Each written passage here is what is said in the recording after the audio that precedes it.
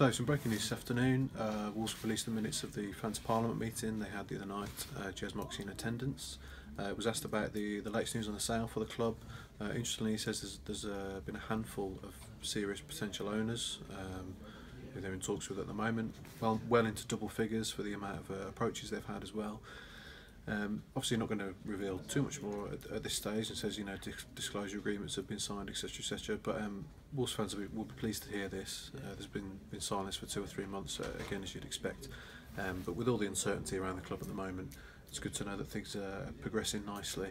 And you know, you never know, this sale might be quicker than the few years that Jez was hinting at when Steve Morgan announced his shock decision to leave in September.